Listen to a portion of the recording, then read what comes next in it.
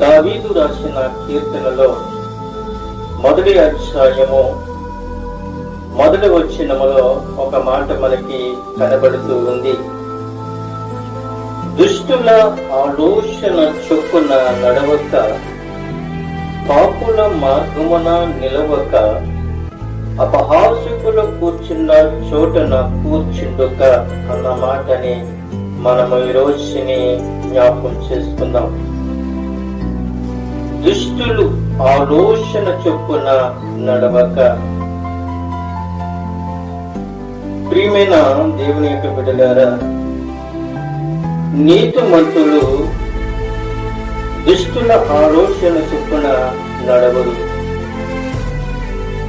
నీతిమంతులు దుష్టుల ఆలోచన చొప్పున నడవరు.